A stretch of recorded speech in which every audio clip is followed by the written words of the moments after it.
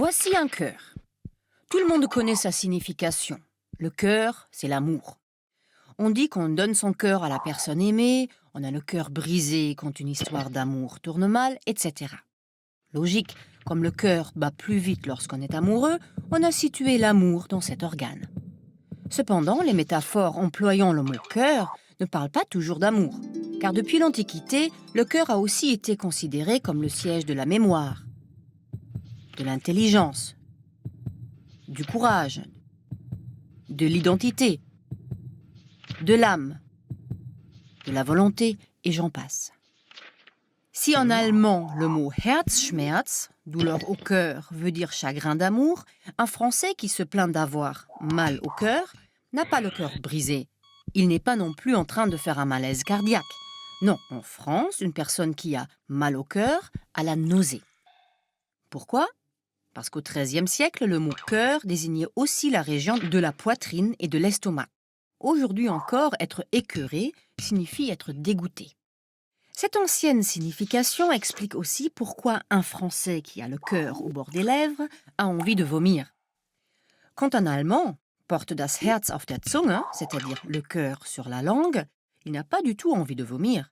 C'est juste quelqu'un qui parle librement de ce qu'il ressent. Apprendre par cœur ou savoir quelque chose par cœur, comme disent les Français, est une expression qui vient du temps où on attribuait au cœur le siège de la mémoire. Les Allemands sont un peu plus précis. Ils disent « etwas aus dem Kopf wissen », connaître quelque chose par la tête.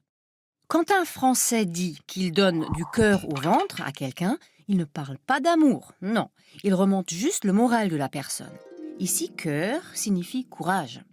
Pour comprendre cette expression, il faut savoir que courage s'est formé de cœur et du suffixe age, et que jusqu'au XVIIe siècle, le mot courage était synonyme de cœur dans tous ses emplois figurés. Les Allemands aussi retiennent la notion du courage en disant « fass dir ein Herz », littéralement « prends-toi un cœur », qui signifie « sois courageux ». Et pour exprimer qu'ils ont eu très peur, ils disent « das Herz ist mir in die Hose gerutscht », le cœur m'est tombé dans le pantalon, ce qui est assez parlant, vous en conviendrez. Est-ce que vous vous êtes déjà demandé d'où vient le symbole du cœur ? Aussi surprenant que cela puisse paraître, les experts nous expliquent qu'il n'imite pas la forme anatomique de l'organe. Non, il viendrait de la feuille de lierre ou de figuier, déjà utilisée comme élément décoratif chez les Grecs et les Romains. Le symbole est repris par les chrétiens pour exprimer l'amour de Jésus dans le culte du Sacré-Cœur, puis dans l'amour courtois du Moyen-Âge pour exprimer l'amour romantique et physique.